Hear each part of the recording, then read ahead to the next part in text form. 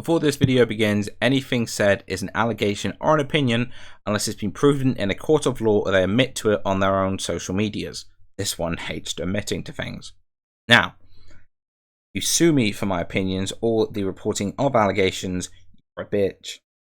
So, do you guys know the name Sienna? I do. I mean, It's the it one might person be a actually knows. little familiar, but I don't know the person. Pookie knows this one. So, Sienna at the time of writing this script, had 12.6 million followers and consistently gets near 2 million views on her posts. Right? She doesn't post nearly as much as she used to, and that's because she's the owner of a clothing brand, right? Now, I can't comment on the clothing. It's like women's swimwear, and despite the man tits, not my place, right? Right. One of the issues I have with TikTok, and it might lead into this, is Sienna hit 10 million followers in about 4 months of being on TikTok. Wow. And I actually think that's a bad thing because you've got this massive sphere of influence and you haven't grown with it. So you like, if you take time to like grow to your content size, you're probably going to be more of a reasonable individual, I find. Like in the first 4 months of YouTube, I had like 20 subs. So, you know, even if like Sienna had done nothing wrong, fuck yourself, right? But luckily she has. So, well, I say luckily. Yeah. So her content mainly revolves around body positivity, right? And it reached such a large audience that even Lizzo would comment on one of her videos, which, you know, getting, you know, massive okay, not massive as in fat shaming celebrity, but like massive celebrity. Wow. I'm not fat shaming, she's a massive celebrity. And I feel I need to state that. Stop coming in below weight, man. Come on. What? Her first bit of controversy would be around some merch she released with the words, "Did you eat today?" Now, this sentiment would, you know, really piss a lot of people off because the statement itself could be triggering to those with eating disorders. And for someone whose content resolved around body positivity, you know, it should really be seen. She really should have seen that coming. Or like a manager or someone who helped her make this merch should really have like pointed out and gone, "That's not good. That's not the best phrase you could put on a shirt." Her response to this would be that she was young and she would make a mistake. But I just don't think this is something that she thought through at all. Hey guys, I've heard the messages from many of you and I'm deeply sorry for any offense caused. I'm young and I'm still navigating the world and this industry, and obviously I will not always get it right the first time. I care deeply about inclusivity and I strive to lead by example. That means listening. With that said, I have heard you and I have removed the merch. I will still be donating all of the proceeds of this line to Teen Line, which is a place that many teens can reach out for help. I care about you and thank you for speaking up. Be nice to someone today. We're all struggling with something. Right. Now, the drama really starts when she would join a group called the Hype House. It was a group of large TikTokers, and they would all live together in a house of LA. Sort of like with YouTube, we had like the Phase House, the Sidemen House, content houses. I don't really know where I lie on those personally. One of these individuals would be Jack Wright, and they would make content together all the fucking time, to the point that even their fans would ship them together. Like that, there were like they had stan accounts for this like ship that wasn't a thing. It was a lot, right? Pretty weird. Yeah. And in 2021, Sienna would have allegations made against her by one of Jack's friends, Mason. These allegations stated that Sienna had told Jack to kill himself, you know, pretty based, and sexually assaulted him a number of times, you know, not so based. There were also minor allegations of her being a bully to strangers, but that's not really as important as like the main parts of these allegations. Jack would ask Mason to take the tweet down and then say on his own platform that she hopes she gets the help he needs and this would be handled offline.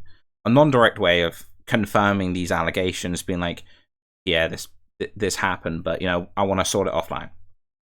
Sienna would release a video where she outright denies these allegations.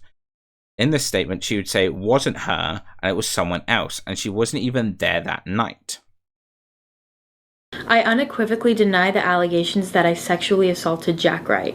It's currently 2 a.m. and I've been listening to everyone around me tell me what to do all day and what I shouldn't say, and I basically just want to come on here because I'm not making an apology video. This is more of a statement. I didn't want to bring this online, as I said in my statement earlier, but this has gotten to a point where my name is being dragged in the mud and I am going to stand up for myself and tell the truth. I have nothing to apologize for because I did not sexually assault Jack Wright. Jack never confirmed or denied it, which makes the situation even worse because he never denied it, knowing that is not true. The allegations were made in a tweet by Mason of sexual assault. Let me be clear one more time. I did not sexually assault Jack Wright. The claims that he made and that James co-signed are completely false. But it wasn't me who sexually assaulted him. And Jack, I'm so sorry that I have to do this to you and I have to out you like this, and I never ever would have done this to you if it didn't get to the low point that it did, where my name was literally being slandered left and right. And I'm sorry, but for the one time, I have to protect myself before I protect you.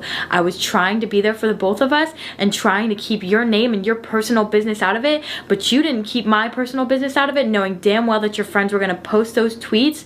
And I'm sorry, but you know I did not sexual assault you. We both know what happened, and we both know who it was, and we both know that I was not at that gathering that night. I'm so disappointed in you and the people around you because they are letting you misplace your trauma onto me, and I'm so sorry that this happened to you. After this video, Jack's friend would upload a video where Jack has passed out on the sofa and Sienna had straddled him. She was kissing and groping him whilst he was like completely out of it. I don't know if he was drunk or if he was just like overworked and tired. I don't know. This video is from November 30th, 2020. Okay. As you can clearly see, that is Sienna and that is Jack passed out on the couch, unconscious. This is the first time I met Sienna and I did not know that they had a fake relationship. This is me in the white hat. I was taking care of Jack while he was unconscious on the couch. Sienna then hops on top of him and I didn't think nothing of it. I started hearing kissing noises and I peeked over my shoulder and it was exactly that. I was so thrown off guard that I had to leave the situation. Whatever their relationship was at the time, obviously this was not right. So I went back and took Sienna off of Jack. Not to mention when I got closer, I noticed her right hand inappropriately touching his crotch. She was shocked that I pulled her off, and she kept trying to justify what she had just done. I talked to James and Jack the next day about the situation. You said this is a video that she posted? So she released a response being like, I wasn't even there, and then one of his friends went, actually, here's a video, she's there. So even if, like, she hadn't done this, she's already been proved to lie about this. Yeah. After this, Sienna would make another response. I can't really make any sense of it. It's like a sort of scrapbooky type, this isn't me sort of thing. I couldn't make any sense of it personally, right? And would go on this month-long hiatus and would return with the wildest apology video anyone's ever seen. And this is most definitely where Alex knows about this, right? She would respond with an apology dance. Oh, yeah. Gotta love those apology videos. Exactly. I'm just saying, if Alex ever hits me with his car, I want him to throw it back as an apology. Right? Apology dance for me, Pookie. $5. Let me check my wallet. Are you okay with it in coins, not notes? Just because I got like a bunch of 20p's I need to get rid of. Nah, I don't want coins. Oh, fuck. With that, I think a lot of people my age can relate to. I hope this can inspire you. I wanna be wild and young. Ooh. Now, because Jack had been trying to deal with all of this offline, especially given after like I'm just like, you know, she's hitting the whip and Nene being like, I'm sorry, I sexually assaulted you. Right? People would take Jack's silence as like a confirmation this had happened. So Sienna May drops this apology video being, you know, just like, you know, walking stick and monocle, like slow dance, whatever. I don't fucking know how to describe it. It's a weird watch. I recommend going and watching the full thing because it's a weird watch. But she would just continue to upload like nothing had ever happened. She releases this apology, and then it's like nothing ever happened. And then Sounds Jack, like most apology videos. yeah. Then Jack himself broke his silence, right? Now, in this video, he would not only confirm what happened that night, and then go on to explain that she had this massive past of pushing his boundaries. She was always flirting with him, kissing him, well, trying to kiss him. And that, in fact, includes after they recorded a video one day, she and Jack had gone to like sit or lie down in his room. She would walk in, close the door, strip naked in front of him, and start straddling him, where he would have to like push her off and go, "Listen, no." So the first incident where Sienna crossed boundaries, it was after filming. We went to the room. I was just chilling on my phone on the bed, and she got naked, like completely naked, nothing on, and straddled me when I was literally just chilling on the bed. But I didn't know what to do in like the situation because it was like random and weird. Quickly told her, Sienna, get off. We're just friends. Stop. They're trying to make out with me. They're like just doing a bunch of things to me, and I kept on saying, Sienna, stop, get off. I didn't want to like be like aggressive. I didn't want to hurt her, you know.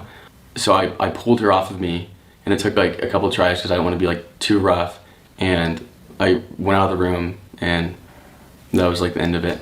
And in fact, it got so bad that one night at a party, her friends had like led her away from him, got her in the car, and were taking her home. She jumped out of the moving car to run back to him. There was a party. I was taking pictures with a couple other girls. We took a picture. Sienna came in, started screaming at me, got mad at the girls, told me to come to her room to talk to me.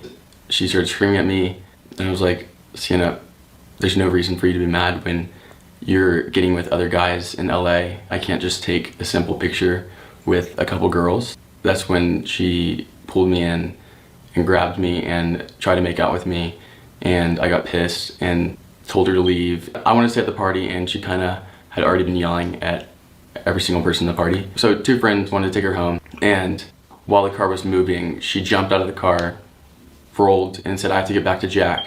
So I ran back to the house, and I was like hiding from her, and I was just waiting for her parents to finally pick her up. Looking back now, I don't know why I stayed friends with her, stayed around her. I truly thought she was gonna change for some reason. I feel like she'd say she had so much love for me and that she truly cared for me, and then the next night she would do something like that. Which is where his friends had to hide him from her. Wow. Yeah. Like, it's bad, but when he like explained everything that happened, it got so much worse. She also apparently broke into his house to see him. He'd wake up and she'd be there, parked out the front of his house. It was like wild. It's like a stalker. Right. She would release this like apology, this statement, right? Where she denies all the allegations and swears to take accountability for her actions, but she takes like zero accountability for these actions, right? And it sort of just ends here. Like, nothing ever happened of it. She lost, like, I think a couple million of followers on TikTok. But obviously, with how TikTok growth is, she got them back like it was nothing. Right. And it basically just ends here. I very much see this as, like, a one-sided love story that went too far. And there's almost definitely some kind of mental illness involved in there somewhere.